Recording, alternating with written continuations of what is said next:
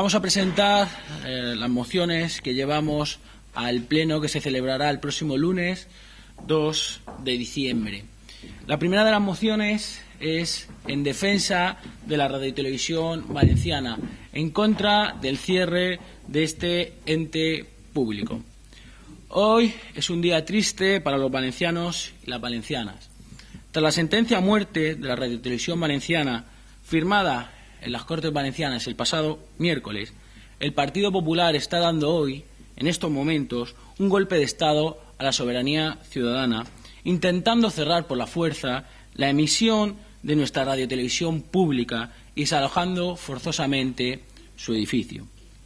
El 9 de octubre de 1989 se puso en marcha la radiotelevisión valenciana, la primera radio y televisión públicas estrictamente valencianas.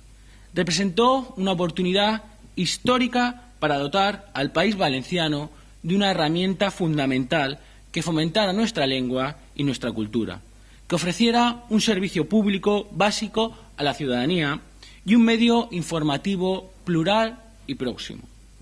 Los objetivos de la creación de una televisión propia eran, en primer lugar, ser el medio desde donde poder informar a la ciudadanía de su realidad más próxima, de los municipios y comarcas del país valenciano. E igualmente era la proyección de nuestra lengua, nuestra cultura, nuestras tradiciones, la difusión de nuestro patrimonio cultural, natural, musical, gastronómico, turístico y, al mismo tiempo, convertirse en el motor de la industria audiovisual valenciana. El martes 5 de noviembre, el Consell anunció el cierre de la radiotelevisión valenciana, poco después de que el Tribunal Superior de Justicia, del TSJ, anulara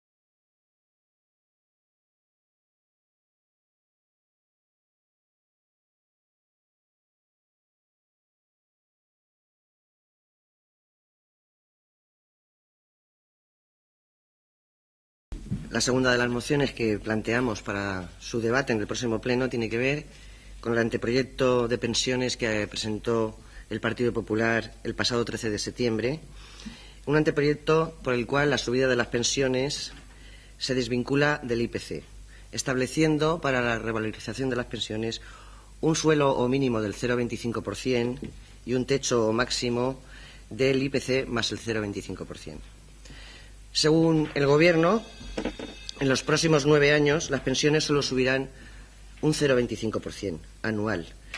Como vemos, esta cifra queda muy por debajo del 2%, que es lo que subirá el coste de la vida.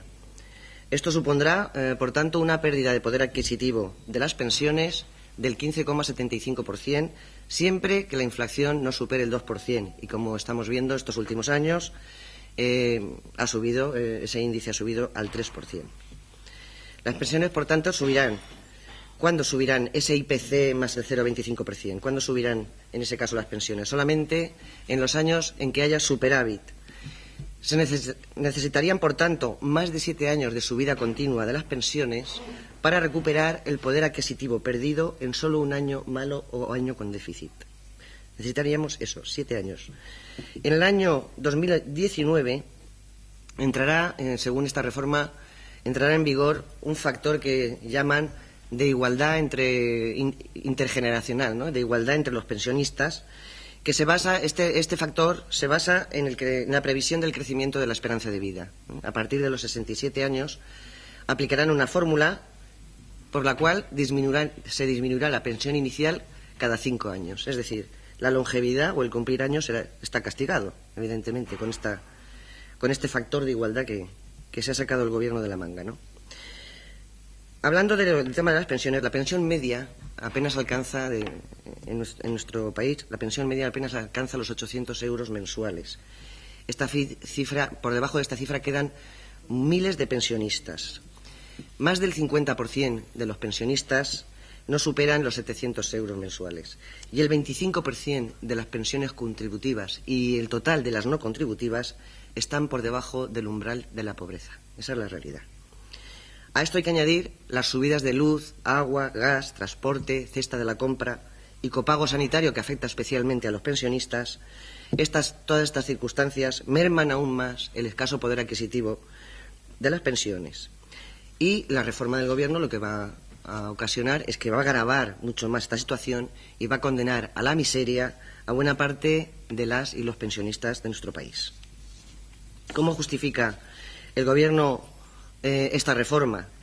No la justifica como una medida derivada de la situación de crisis, no, sino la justifica en que el sistema de pensiones es inviable. Dice que es inviable por el aumento de jubilados, por el crecimiento de la esperanza de vida, el descenso de la población activa y la bajada de la natalidad. Sin embargo, el déficit de la seguridad social obedece evidentemente a la recesión económica.